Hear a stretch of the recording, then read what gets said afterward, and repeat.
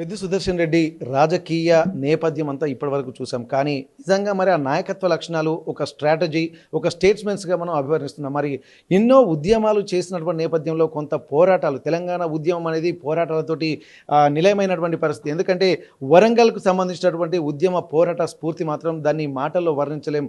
మహబూబాబాద్ ఘటన కావచ్చు, అలాగే జనగామలో కావచ్చు, ఇక్కడ మలిదశ ఉద్యమంలో ఒక రక్తసిక్తమైనటువంటి సందర్భాలు ఎన్నో ఉన్నాయి. ఎన్నో ప్రతిబంధకాలు, నిర్బంధాలు ఇవన్నీ ఎదురైనటువంటి నేపథ్యంలో మరి మలిదశ ఉద్యమంలో పెద్ది సుదర్శన్ రెడ్డి ఎట్లాంటి నాయకత్వ లక్షణాలు కనబరిచారు?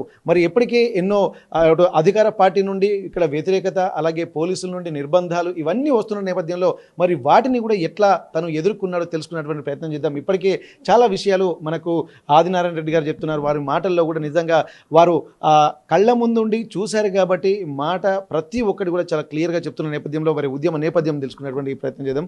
అన్న, ఇప్పటి వరకు తను ఒక స్ట్రాటజికల్గా తను ముందుకెళ్ళిండు, ఒక వ్యూహాత్మకంగా పనిచేసిండు.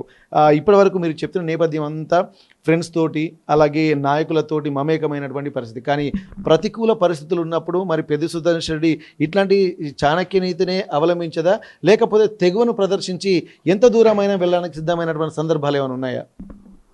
డెఫినెట్గా సుదర్శన్ రెడ్డి జీవితం అనేది నిజంగా కూడా అంటే రాబోయే తరాలకు నిజంగా కూడా ఆదర్శం. అది నాయకత్వ లక్షణాలు అనుకోండి, ఆయన యొక్క రాజనీతి అనుకోండి, ఆయన యొక్క పోరాట పటిమ అనుకోండి. ఆయనకు ఎట్లా ఉండేదంటే మనం ఎక్కడ ముందుకెళ్ళాలి, అంటే ఎక్కడ ముందుకెళ్ళాలి, ఎక్కడ వెనక్కి తగ్గాలి అనేది ఫస్ట్ తెలిసి ఉండేది. ఇంకొక లక్షణం, ఒక గొప్ప లక్షణం ఉండేది ఏంటంటే రాజకీయ నాయకులకు ఉండాల్సింది ఏంటంటే ఏ విషయం ఎవరికి చెప్పాలి, ఏ విషయం ఎవరికి చెప్పొద్దు, ఆ విషయం పట్ల చాలా స్పష్టత ఉంది. అదే రకంగా ఆయన యొక్క కార్యాచరణ కూడా, ఇది ఎవరు పార్టిసిపేట్ చేస్తే మనం పర్ఫెక్ట్ చేస్తాం, ఏ కార్యకర్త అయితే ఇది చేయగలడు, ఎవరిని ఎక్కడ వాడాలి ఉద్యమంలో,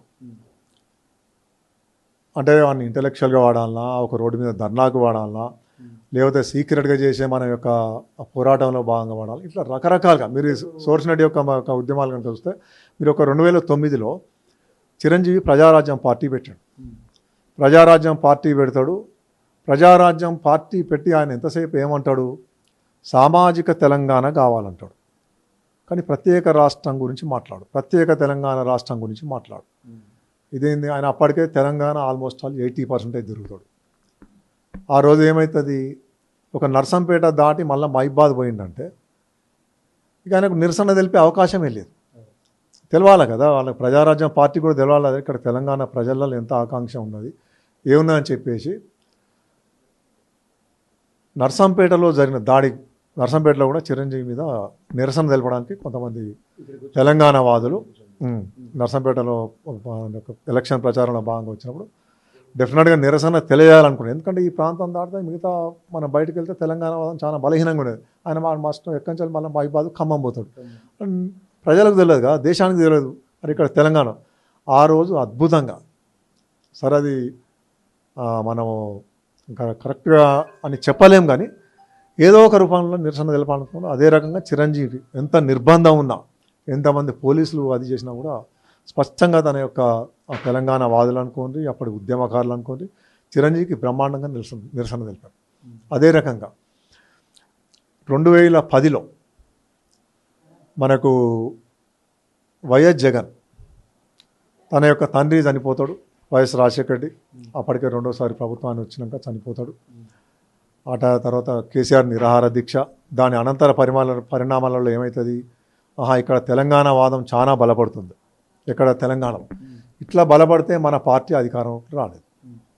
ఏది వైఎస్ జగన్ కానీ ఇప్పుడు చంద్రబాబు నాయుడు లాంటి వాళ్ళ యొక్క అదేంటంటే మనం అధికారంలోకి రాలేము. కాబట్టి దీన్ని ఏదో రకంగా మనం డైల్యూట్ చేయాలంటే మనం కూడా అక్కడ ఉన్న ఏదో ఒక క్యాడర్ను మనం స్ట్రెంథన్ చేసే ప్రయత్నం చేయాలి. అని ఏం చేస్తాడు వైఎస్ జగన్, ఓదార్పు యాత్ర పేరిట. ఎందుకంటే ఎందుకు అదే సందర్భంలో నేను మా అక్కయ్య వాళ్ళు ఏదో ఫంక్షన్ చేస్తే నేను గార్లకు పోవడం జరిగింది. గార్లకు పోతే గార్ల రైల్వే స్టేషన్లో రాజశేఖర్ విగ్రహం ఉంటుంది, దాని మీద కొండ సురేఖ, కొండ మురళి వాళ్ళ పేర్లు ఉంటాయి. అరే ఇంత ఇక్కడి వరకు వచ్చినట్టే వరంగల్ బార్డర్ గార్లా అంటే, గార్లకు వచ్చాక నువ్వు వరంగల్ కూడా వస్తావు, నువ్వు వరంగల్ వస్తావు, రేపు నిజామాబాద్ పోతావు, ఆదిలాబాద్ పోతావు. మరి తెలంగాణ వాదం ఏది, నువ్వు తిరిగినాక నువ్వు తెలంగాణ రాష్ట్రం వద్దనే అంటున్నావు కదా, అందరూ వ్యతిరేకులే కదా. రాజశేఖర్ అనుకోని, చంద్రబాబు నాయుడు అనుకోని, జగన్ అనుకోని అందరు వ్యతిరేకులు. అబ్బా ఇట్లా అయితే ఈ సందర్భంగా జగన్ ఏం చేస్తాడు, రాజశేఖర్ రెడ్డి చనిపోయిన కుటుంబాలను పరామర్శించడం ఓదార్పు యాత్ర పేరిట ఆయన యాత్ర చేస్తుంటాడు. ఎంటైర్ ఆంధ్రప్రదేశ్లో చేస్తాడు. అదే టైంలో తెలంగాణలో కూడా పెట్టుకుంటాడు. ఆయన అప్పటికే ఖమ్మంలో చేస్తాడు. సో ఖమ్మంలో అప్పటికి కొంత తెలంగాణ వాదం బలహీనంగా ఉంది. దానివల్ల ఆయన యాత్ర చేసుకొని ముగించుకొని వెళ్ళిపోతాడు. నెక్స్ట్ వరంగల్ పెట్టుకుంటాడు. వరంగల్ జిల్లానే ఈ తెలంగాణ ఉద్యమానికి ఆగిపట్టు. ఎందుకంటే అప్పుడు అట్లా ఉండే, నీకు ఎక్కడ ఏం లేని టైంలో కూడా ఏదో ఒక కార్యక్రమం నడిచింది ఇక్కడ ప్రతిసారి. అందులో సుదర్శన్ రెడ్డి జిల్లా అధ్యక్షంగా ఉండడం అంటే కార్యకర్తలకు ఒక ధీమా ఉండే, అరే ఏ రిస్క్ వచ్చినా ఈయన సేవ్ చేస్తాడు, ఏది వచ్చినా చివరి మూమెంట్లో ఈయన ఆదుకుంటాడు. అటువంటి ఎగ్జాంపుల్స్ మనకు చాలా ఉన్నాయి. మీకు ఐడియా ఉండొచ్చు, యాకూబ్ రెడ్డి అయినప్పుడు విద్యార్థి నాయకుడు, అదొకసారి ఒక గెస్ట్ హౌస్ పొన్నాల లక్ష్మి ఏదో గెస్ట్ హౌస్లో ఉన్న వీళ్ళు దాడి చేస్తే ఆయన రకరకాల చిత్రహింసలు గురి చేస్తే అసలు పోలీసులు జనరల్గా వేరే వాళ్ళను వెంటాడతారు, ఈయన పోలీసులను వెంటాడు. సుదర్శన్ రెడ్డి పోలీసులను వాడిని ఎక్కడ ఏ స్టేషన్ తీసుకుపోతే ఆ స్టేషన్ తీసుకుపోయారు. ఎక్కడ పోయినా జనాన్ని, ఎక్కడ స్టేషన్ తీసుకుపోతే అక్కడ జనాన్ని సమీకరించిండు, నిరసన తెలిపాడు. తప్పనిసరి పరిస్థితులలో అదేవిధంగా అప్పుడున్న అడ్వకేట్ల ద్వారా ఆ రాత్రిపూట ఆ మేజిస్ట్రేట్ దగ్గర అది పోయి చేయించి అనివార్యంగా వాళ్ళు పోలీసులు చేతులు ఎత్తేసి ఆయన విడిచిపెట్టాల్సిన పరిస్థితిని కల్పించారు. అంటే అటువంటి పోరాట పడి ఉండేది. అంటే కష్టం వచ్చినా నష్టం వచ్చినా కార్యకర్తలను వెన్నంటి ఉండేటోడు. ఉద్యమకారులకు ఒక ధైర్యం ఉండే, ఏదున్నా మనోడు చూసుకుంటాడే. అట్లాగని నేంది అరాచకాన్ని ప్రోత్సహించోడు కాదు. మనం ఏదైనా కూడా డెమోక్రటిక్గా చేయాలంటే, ఏదైనా కూడా ఒప్పించి మెప్పించి చేయాలంటే. రాజకీయం ఎప్పుడు కూడా ఒప్పించి మెప్పించి చేయాలి. ఎప్పుడు కూడా హింసా వాతావరణం అనేది కరెక్ట్ కాదు. హింసా వాతావరణంలో రాజకీయాలు ఉంటే ఏమవుతుంది, మనకు అభివృద్ధి ఆగుతుంది. నీ ఆలోచన అంతా మళ్ళీ నెక్స్ట్ వాడు ఏం చేసినా మనం ఏం చేయాలన్న ఆలోచన మీదే ఉంటుంది. ఆయనకు ఆ మెచ్యూరిటీ ఉండే అప్పుడు కూడా, చిన్నప్పుడు ఉండే, తర్వాత నాయకునిగా ఎదినాక ఉండే. ఆ క్రమంలో ఏమవుతుంది, ఈ 2000 ఈ ఓదార్పు యాత్ర అయిన వరంగల్కు మైబాద్కు వస్తుంటాడు ట్రైన్ ద్వారా. ఆ రోజు నాకు తెలిసి మే నెల 2010లో మే 28 నుంచి సరే 30-31 ఆ టైంలో వచ్చే యాత్ర పెట్టుకుంటాడు. తెలంగాణ వాదులంతా కూడా ఇది ఎట్లా వస్తే ఎట్లా నిరసన తెలపాలి, దీనికి అందరూ ముందే అవుతుంటాం. కాకపోతే కేసీఆర్ గారి ఆలోచన ఎట్లా ఉండే అంటే, అరే ఇదేనా హింసాయుతంగా మారుతుంది. కేసీఆర్ యొక్క అదేంటంటే, మనం వంచలు కూడా గాంధేయవాదంగా ఈ పోరాటం చేద్దాం. ఎక్కడన్నా మళ్ళీ హింసాత్మక ఘటన జరిగిందనుకో, ఆ ప్రజా వెల్లువ అనేది భయపడతారు. కొంతమంది భయపడతారు, ఒక రూపం వచ్చేదాకా మనం చేయడానికి వీల్లేదు అని ఉండే.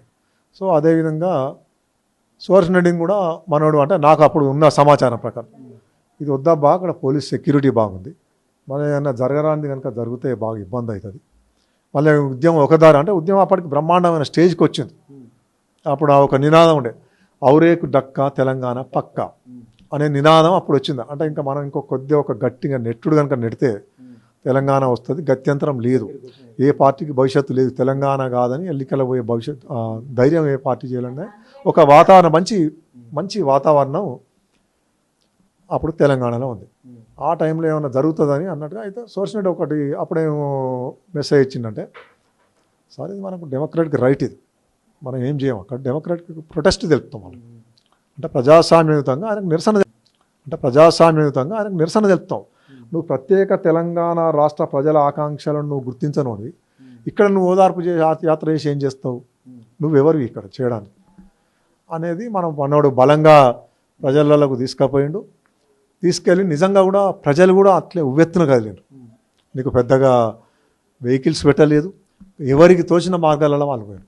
కొంతమంది ట్రైన్లో పోయినారు, కొంతమంది ఆటోలలో పోయినారు, కొంతమంది మోటార్ సైకిల్లో పోయినారు.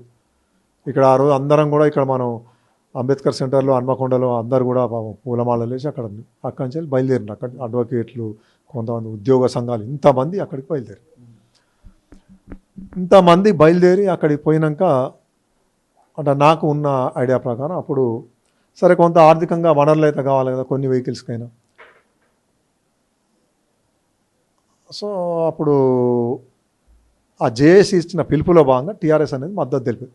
ఆ టీఆర్ఎస్ తెలిపిన మద్దతు అప్పుడు సిపిఐ పార్టీ అనుకోండి, న్యూ డెమోక్రసీ పార్టీ, ఇట్లా వీళ్ళందరూ కూడా మద్దతు ఉన్నారు.